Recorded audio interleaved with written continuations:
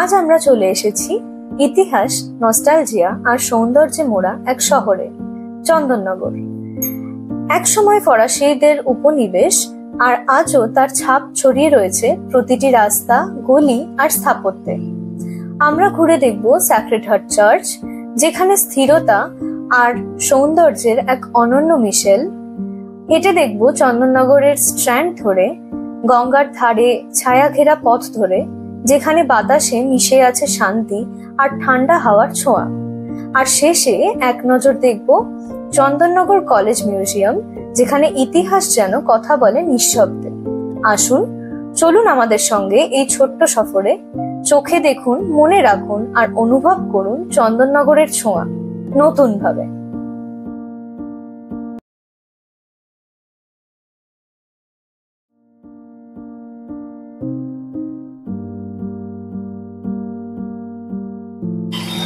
Hello everyone, welcome and welcome back to our channel Soulmates on the Go. আজকে আমরা বেরিয়ে পড়েছি। আজকে কিন্তু বিকেল বিকেল বেরিয়েছি। এখানে এসছি আমরা কোথায় দেখে নাও, এটা হচ্ছে চন্দননগর স্ট্যান্ড। আমি এই মুহূর্তে যেখানে দাঁড়িয়ে রয়েছি সেটাই হচ্ছে স্ট্যান্ডের রাস্তা। একটাই লম্বা স্ট্রেচ অফ ল্যান্ড, মানে একটাই লম্বা সোজা রাস্তা, এটাই হচ্ছে স্ট্যান্ড। আমার পেছন দিকেই আছে গঙ্গা। চলো তোমাদেরকে ঘুরে দেখাচ্ছি বাকিটা। চন্দননগরের স্ট্র্যান্ড, গঙ্গার ধারে এমন শান্ত ছায়া ঘেরা পথ, যেন বড় শহরের কোলাহল থেকে পালিয়ে আসার এক ঠিকানা। এই পথ ধরে হাঁটলে বাতাসে মিশে যায় ইতিহাস, ভালোবাসা আর একরাশ শান্তি। বেঞ্চে বসে গঙ্গার দিকে তাকিয়ে থাকা, নৌকার হালকা শব্দ আর বিকেলের আলো, সব মিলিয়ে এক অন্যরকম অনুভূতি। চুপচাপ বসে থাকলেও মনে হয় শত গল্প বলে যাচ্ছে এই প্রাচীন পথটা। চন্দননগরের নীরবতা ভেঙে যেন হঠাৎ দাঁড়িয়ে যায় এক সৌম্য স্থাপত্য, দি সেক্রেড হার্ট চার্চ। 1691 সালে প্রতিষ্ঠিত এই চার্চটি ফরাসি স্থাপত্যের এক উজ্জ্বল নিদর্শন। আর 1884 সালে চার্চটাকে রেনোভেট করে নতুন রূপে দান করা হয়। ফাদার কুতুরিয়ের নামে একজন ফরাসি ধর্মযাজক এর নকশা করেছিলেন, আর তার নির্মাণে ব্যবহার করা হয়েছিল সেই সময়কার ইউরোপিয়ান ক্যালকুলেটেড ডিজাইন এবং কারুকার্য। চার্চের প্রবেশ পথে দাঁড়িয়ে বোঝা যায় এটা কেবল একটা প্রার্থনা স্থল নয়, এটা যেন সময়ের সঙ্গে লড়ে টিকে থাকা এক ইতিহাসের শিলমোহর। ভেতরের দিকে পা বাড়ালে চোখে পড়ে উঁচু ছাদ, বড় বড় স্তম্ভ আর স্টেইনড গ্লাসের জানলা, যেখানে সূর্যের আলো পড়ে রঙিন ছায়া ফেলে দেয় মেঝেতে। এই শান্ত পরিবেশে দাঁড়িয়ে যেন মনে হয় বাইরে আর ভেতরের জগতে একেবারেই আলাদা। এই চার্চে রোজ প্রার্থনা হয়, তবে শুধু ধর্মীয় দৃষ্টিভঙ্গিতেই নয়, ইতিহাস বা স্থাপত্য রসিকদের কাছেও এটি একটি আকর্ষণের কেন্দ্র। এখানকার প্রতিটা দেওয়ালে, প্রতিটা অলঙ্করণে, ছাদের গম্বুজে লুকিয়ে আছে এক অতীতের গল্প, যেখানে চন্দননগরের ফরাসি অধ্যায়ে স্পষ্ট ছাপ পড়ে। চার্চের পেছন দিকে আছে একটা ছোট্ট বাগান, আর সেখানে বসে থাকলে আবার গঙ্গার দিক থেকে আসে হালকা বাতাস যেন মনের ভেতরটাও ঠান্ডা করে দেয়। আজও যখন আমরা এই চার্চে দাঁড়িয়ে থাকি, তখন মনে হয় যেন সময় থমকে গেছে। সেই প্রার্থনার ঘন্টা, পায়ের আওয়াজ আর বাতাসে ভেসে আসা রজনীগন্ধার গন্ধ, সব মিলিয়ে এক অপূর্ব অভিজ্ঞতা। এটা শুধু একটা দর্শনীয় স্থান নয়, এটা একটা অনুভূতি, একটা শান্তি, একটা আত্মিক প্রশান্তি। আপনি যদি চন্দননগরে আসেন, তাহলে সেক্রেড হার্ট চার্চে অবশ্যই একবার ঢু মেরে যাবেন। শুধু চোখ নয়, মনও শান্ত হয়ে যাবে।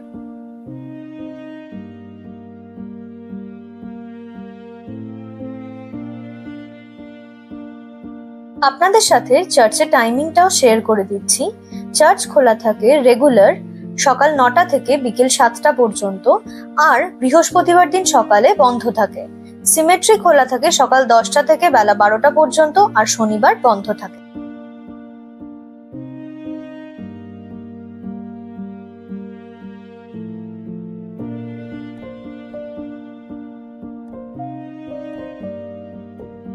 চন্দননগরের ব্যস্ত রাস্তার পাশে একটানা দাঁড়িয়ে থাকা একটি ভবন, চন্দননগর কলেজ। কিন্তু এরই মধ্যে লুকিয়ে আছে এক অসাধারণ সংগ্রহ, চন্দননগর কলেজ মিউজিয়াম। এটা কেবল একটা মিউজিয়াম নয়, এটা এক ঐতিহাসিক সময়ের সঞ্চয় ভাণ্ডার বা ফরাসি উপনিবেশের এক জীবন্ত দলিল। যদি আপনি এই শহরে আসেন, স্ট্র্যান্ডের ধারে কিছুক্ষণ বসে শান্তি উপভোগ করার পাশাপাশি একটু সময় করে ঢু মারুন এই ছোট্ট কিন্তু অসাধারণ এই মিউজিয়ামে। আপনার দেখা, জানা এবং বোঝার দুনিয়ায় একটা নতুন জানলা খুলে যাবে। যখন এই মিউজিয়ামে ঢুকি, মনে হয় যেন সময়ের ফাঁকে হেঁটে ঢুকে পড়েছি এক অন্য যুগে। এই মিউজিয়ামটি শুধু ইতিহাস প্রেমীদের জন্য নয়, যারা সাধারণ ঘুরতে ভালোবাসেন তাদের জন্য এটি একটি অত্যন্ত গুরুত্বপূর্ণ দর্শনীয় স্থান।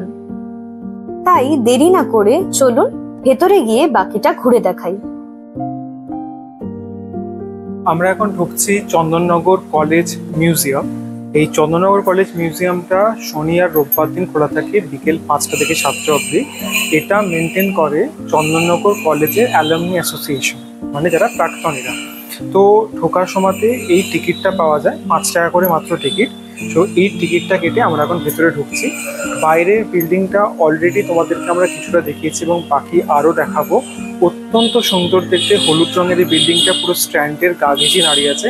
চলো মিউজিয়ামের ভেতর ঢুকি, বাকি জায়গাটা এক্সপ্লোর করি।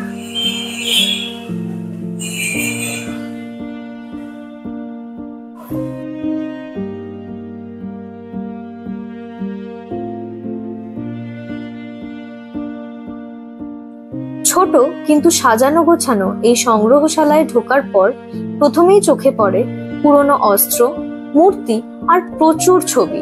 প্রতিটি জিনিস নিজে নিজেই যেন বলছে তার গল্প। এক একটা বস্তু এক একটা সময়ের প্রতিনিধি। ফরাসিদের ব্যবহৃত আসবাবপত্র, হাতে লেখা দলিল, ছাপাখানার পুরনো যন্ত্রপাতি সব মিলিয়ে তৈরি হয়েছে এক বিস্ময়কর ইতিহাসের জগৎ। এখানে রয়েছে চন্দননগরের গভর্নরের ছবি, তাদের লেখা এবং কিছু বিশেষ চিঠিপত্র, যেগুলো আমাদের নিয়ে যায় সেই সময়ে যখন এই শহরের রাজনীতি এবং সংস্কৃতিতে ফরাসিদের দাপট ছিল। কোণে দাঁড়িয়ে থাকা একটা ছোট্ট গ্লাস কেসের ভেতর রাখা রয়েছে একটা পুরনো ফরাসি নৌ মানচিত্র, যা দেখে বোঝা যায় এই সময় নদী পথে কিভাবে চলাচল করত বণিকরা। আরো একপাশে রাখা আছে ধাতব মুদ্রা, যেগুলো শুধু লেনদেনের মাধ্যমই ছিল না, বরং আজ আমাদের কাছে এক ইতিহাসের সাক্ষী। মিউজিয়ামের পরিবেশটা এতটাই শান্ত আর মনোযোগী যে আপনি চাইলে ঘন্টার পর ঘন্টা এখানেই কাটিয়ে দিতে পারবেন। এই সংগ্রহশালার প্রতিটা জিনিস যেন আপনাকে বলবে আমি আছি, কারণ কেউ একটা সময় এই শহরকে ভালোবেসেছিল, গড়ে তুলেছিল আর আজ রেখে গেছে তারই চিহ্ন। এখানে এসে বোঝা যায় চন্দননগর কেবল গঙ্গার ধারে একটা শান্ত শহর নয়, এটা এক ঐতিহাসিক ও সাংস্কৃতিক রত্নভাণ্ডার, যা এখনো অনেকের কাছে অজানা। চন্দননগর কলেজের এই মিউজিয়ামটা, যেটা এখানকার অ্যালামনি অ্যাসোসিয়েশন মানে প্রাক্তন ছাত্রছাত্রীদের যে সংগঠন তারা চালাচ্ছেন, সেটা শুরু হয়েছে কিন্তু লাস্ট ইয়ার 2024-এর জানুয়ারিতে। তো তোমরা যারা যারা চন্দননগর আসো বা এখানকার লোকাল রেসিডেন্টস, তোমরা কারা কারা এখানে এসেছো সেটা প্লিজ কমেন্ট করে জানাবে এবং অবশ্যই জানাবে তোমাদের এই মিউজিয়ামে এসে কেমন ভালো লেগেছে। এই দেখো, একটা মিউজিয়াম কিন্তু পুরোপুরি ইতিহাস নির্ভর এবং এখানে আসলে এক কথায় মনে হলো যেন চন্দননগর কলেজের তো একটা অংশের ভেতরেটা বানানো। প্রচন্ডভাবে মনে হলো যেন আমি আজকে 200 বছর পেছনে গিয়ে দাঁড়িয়েছি, এবং আমি যেহেতু ইতিহাস ভালোবাসি আমার জন্য কিন্তু এটা খুব ভালো লেগেছে। তো তোমরা কারা কারা এসেছো অবশ্যই জানিও এবং তোমাদের কেমন লেগেছে সেটা কিন্তু জানাতে অবশ্যই ভুলো।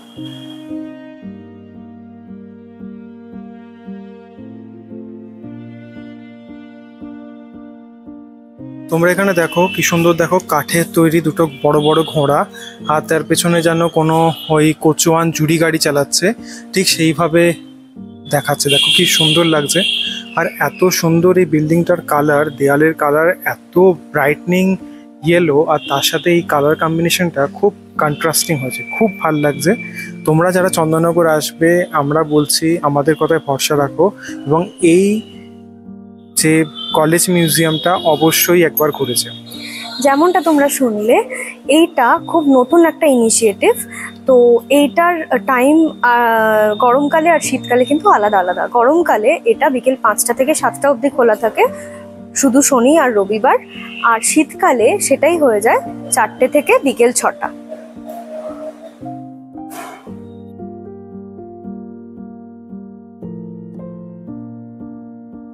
মিউজিয়াম থেকে বেরিয়েই আমরা স্ট্র্যান্ডের পথে আবার হাঁটা লাগালাম।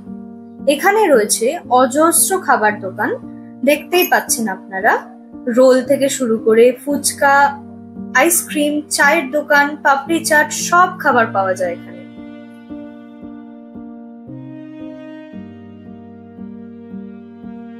সারাদিন কাজের পর বন্ধু বান্ধবদের সাথে আড্ডা মারার জন্য কিন্তু এটা আইডিয়াল জায়গা।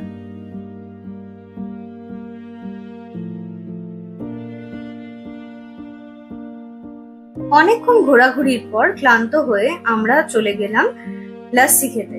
আমি নিয়েছিলাম একটা বাদাম লাস্সি, আর ও লাস্সি না খেয়ে নিয়েছিল একটা চা। দুটো টেস্টই কিন্তু ছিল ভীষণ ভালো।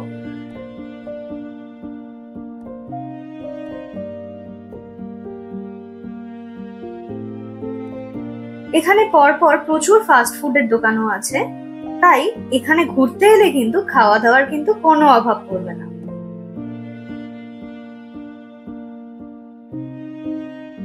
সন্ধে বাড়ার সাথে সাথেই হয়ে গেল প্রচন্ড ভিড়, খাওয়া দাওয়ার লাইন পড়ে গেল।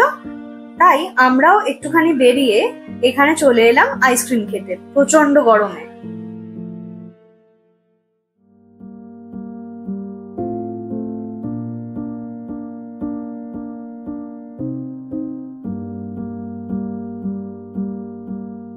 রাস্তার ধারে দেখতে পেলাম ঘটি গরম বিক্রি হচ্ছে, তাই আর দেরি না করে এই দাদার থেকে নিয়ে নিলাম ঘটি গরম।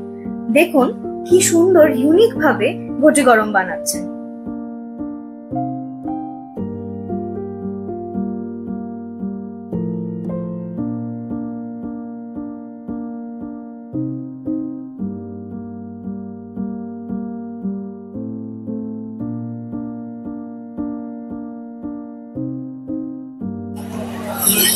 সব খাবারের মধ্যে আমার সব থেকে ফেভারিট খাবার চলে এসছে ঘটি গরম। তোমাদেরকে দেখালাম দাদা যে বানালো, খুব ইন্টারেস্টিং ভাবে বানালো। তো আমরা ঘটি গরম খাচ্ছি, এখন প্রচন্ড গরম লাগছে, সন্ধ্যেও হয়ে গেছে। এবার আস্তে আস্তে বেরোবো আমরা, হাওয়াটা হয়ে গেলে। গঙ্গার ধারে আছি, হাওয়া দিচ্ছে খুবই, কিন্তু তাও গরমটা খুব বেশি। ঘুরতে ঘুরতে সন্ধে হয়ে গেছে, এখনো খাওয়া কন্টিনিউ। তাই আমরা এখন আস্তে আস্তে বেরোবো, খেতে খেতেই বেরোবো। তোমরা জানাবে তোমাদের এই ভিডিওটা কেমন লেগেছে। আমরা আমাদের মতো করে চন্দননগর ঘুরিয়ে দেখানোর চেষ্টা করেছি। ভালো লাগলে লাইক, শেয়ার, সাবস্ক্রাইব করতে একদম ভুলো না।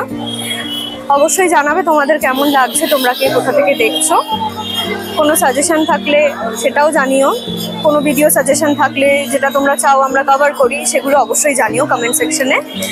আর সাথে থেকো। আজকের ব্লগটা এখানেই এন্ড করছি। টাটা।